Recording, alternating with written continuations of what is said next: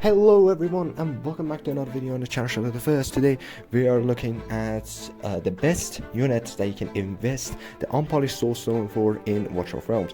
As I'm recording this video right now, it is January 4th 2025, so it is subject to change, but I doubt that they will release any unit that's worth investing this more than the units that we're gonna mention in the video. But again, I will probably make an updated guide, so please look at my channel, see if I have made an updated guide. But if you're seeing this 2 months from now, or 2 months since this is released, this is like viable. This video is not outdated and you can trust it. Without further ado, let's get right into it.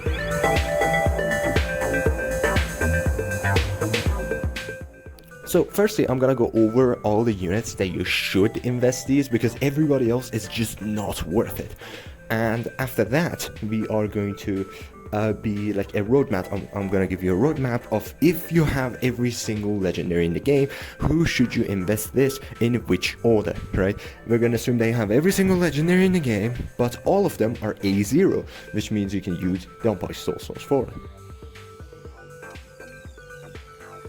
The first unit we're gonna take a look at is some Wukong, and some Wukong recently released on like the Christmas banner, and he's really good. Like, he's probably the best unit they can invest it for. I could have kept this for like the last, but no, I'm just gonna be straightforward. Some Wukong is probably going to be like your first priority on who you should invest the soulstones for. He basically has crazy damage, he has stuns, basically almost nobody can match his damage except the number 2 that we will get to in a moment. However, the 2-tower range means that he's viable for Guild Wars, for Arena, which the number 2 isn't. So he's really good, we'll get to in a sec. And yeah, his awakenings are: his A1 basically gives him and his surrounding allies in a Dolores range anti-death, so it doesn't allow them to die. His third awakening gives him stun, gives his minions stun, which means more thunder stacks, which means more defense penetration, and the final stack gives him more damage scaling and also double the damage of the ultimate. So they're really strong, like they're really strong. So yeah, it makes some Wukong the most prominent answer to who you should invest your Unpolished soulstones for. At number 2, we have Kiri, and Kiri is basically, it's just between Sun Wukong and Kiri. You should max out these 2 units, then consider going for other units as well. But basically, these guys are the 2 units that are like break the game and need their awakenings to do so. And yeah, basically, you want to max out these guys. Why Kiri? Kiri is already a really good unit, but his awakenings make him even better. The first awakening is his most important, right? So this is the one that I would go to, right, for my go-to. This is the one that I would pick out of any of them to start off my Unpolished soulstone. He basically, with every basic attack, he gets 3% rage and 3% max HP. 3% max HP is not important, but 3% rage basically means that he can do his like parry, it's a parry, right? The parry on his ultimate every time the Guild Wars 2 attacks, which is very important. Basically, that's how he works. And yeah, without that, it's going to be really hard to get him to be able to ultimate every single attack. But yeah, basically, anytime the boss attacks, this guy is just parrying it, taking no damage, and inflicting a lot of damage.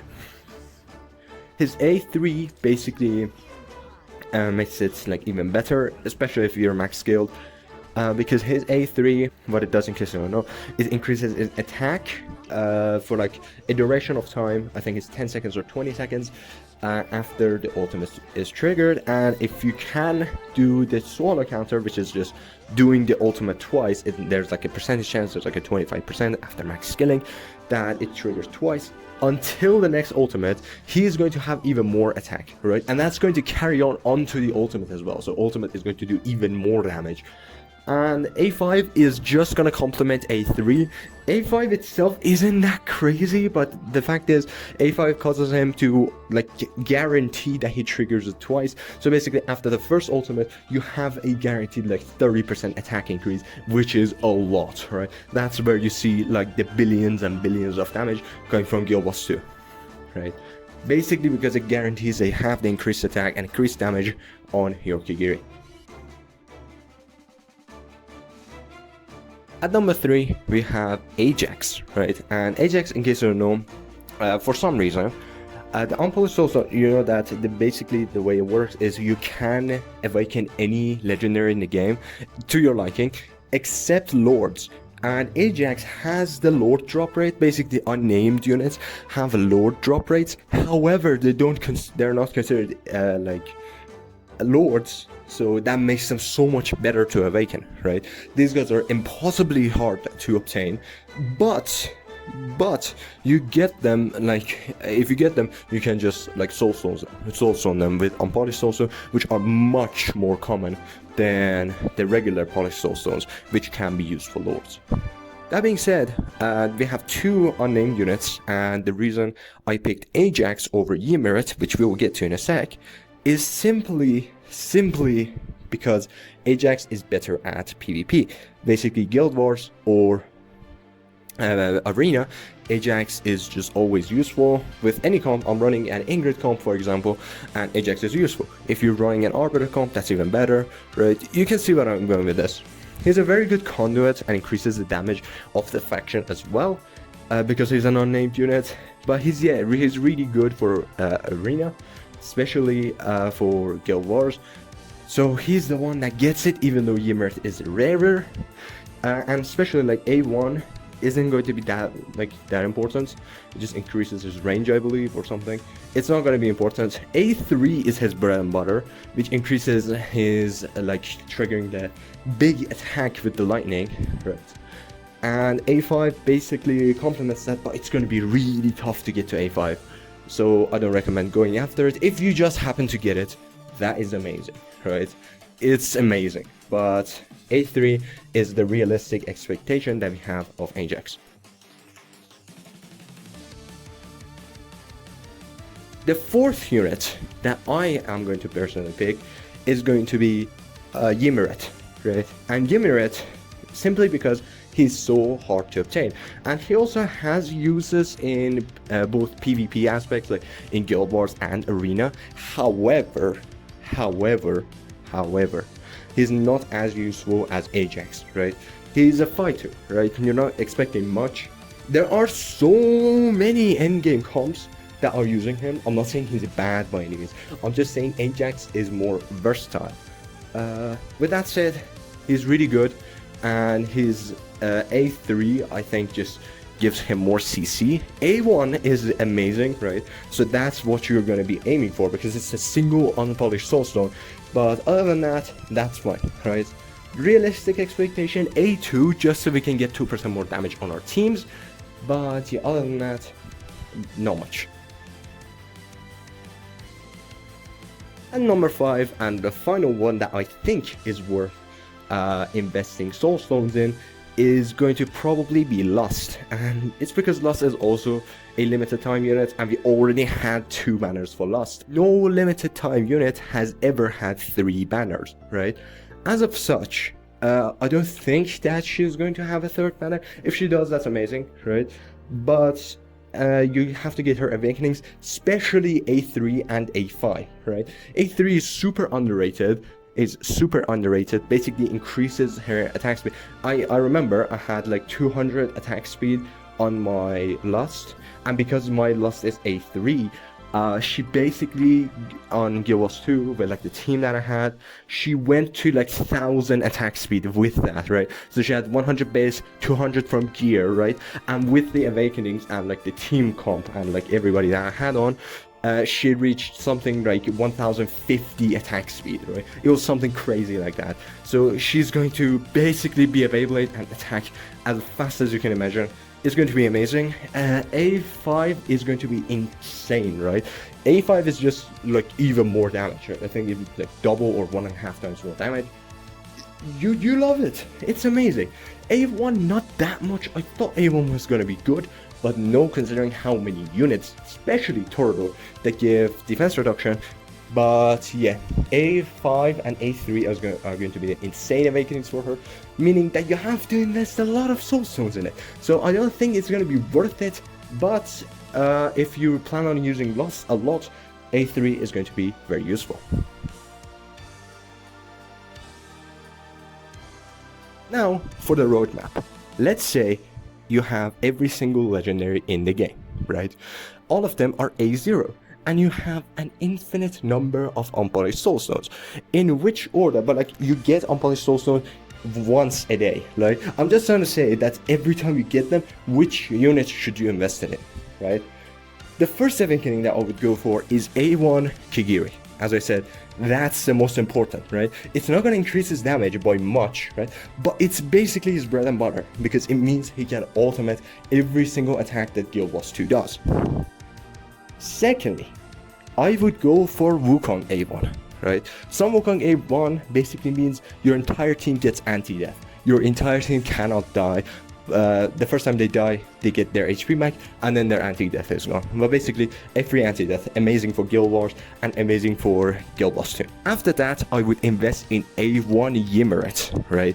A1 Yirat is really good in terms of damage, but if you plan on doing really like crazy endgame PvP, I suggest increasing Yirat to A2, right? This is how I would go. So Kiri A1, Wukong A1, and you can skip this and Yirat A1, right? If you don't have Yirat, that's fine, right? Just ignore this step, right? Pull out Yirat from all the steps, and you'll be left with like how you should do this, how you should go about doing this. And basically, if you plan on doing really heavy PvP, A2 Yirat is the way to go. If you don't plan on doing heavy PvP, but you still plan to do competitive PvP, right? So that you can get to Overlord and stuff, then I suggest you get Yirat to A1. And if you don't plan on doing PvP at all, ignore Yirat, right? That's my way of going about this. After that, I would like right now, let's say you do mediocre PvP, right? Like you get to Overlord, but you don't plan on getting to Apex, right? A1 Yirat should do the trick, right? So you go one on Kiri, one on Wukong, and then one on Yirat. Now, this is when you should max out Wukong. From there, you get A2 Wukong, A3 Wukong, A4 Wukong, and A5 Wukong, right?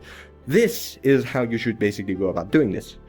And after that, you should invest in Kiri, right? Get Kiri to A5, right? Because as I said, A3 is insane, right? But needs A5 to work, because then it guarantees that crazy effect, right? Otherwise, it's not going to be that worth it, right? And A5 Kiri is relatively underwhelming, but because you already have A3, A5 is going to be amazing because it guarantees basically the A3 Kiri and A5 Kiri work hand in hand, right? It's gonna be really painful to see a Kiri on A3, right? So be either below that, right? Be A1 or A2 Kiri, or just go all the way to A5, right? As soon as you can. But yeah, if you have like A3 Kiri, and let's say you have A1 Wukong, which one should you invest in? Still Wukong. Wukong is better than Kiri. And what else? After that, I suggest you go for A3 Ajax, right? And then depending on who comes out next, right? From then, like, please just save up for like future units. But if you like have a lot of soulstones, again, like you have an infinite number of them, and you can still invest, go for A5 Ajax, and after that invest in Lust, right? After all of this is done, you can go and increase Yirat from A2 or A1 that you have left him with, and get him all the way to A5. Who else should you invest in? Nobody else is even ancient exclusives, even Ardia, even Jira. They are not worth investment. The only example that I know that is worth investing in is A1 Alistair. That's it. Nothing else from the ancient exclusive pool is worth it, and normal units, not worth it, right? Not worth it. Unless you have an A2 Eloin and you desperately need A3 Eloin. In that case, yes, invest in Eloin. But other than that, I don't recommend you investing anything out of Sun Wukong, Kiri, Ajax, Yirat, and Lust. Thank you all for watching. Hope you have a wonderful day. Damn, this video is going to be around 15 minutes, actually, it's not that long. But thank you all for watching. Happy New Year, and goodbye.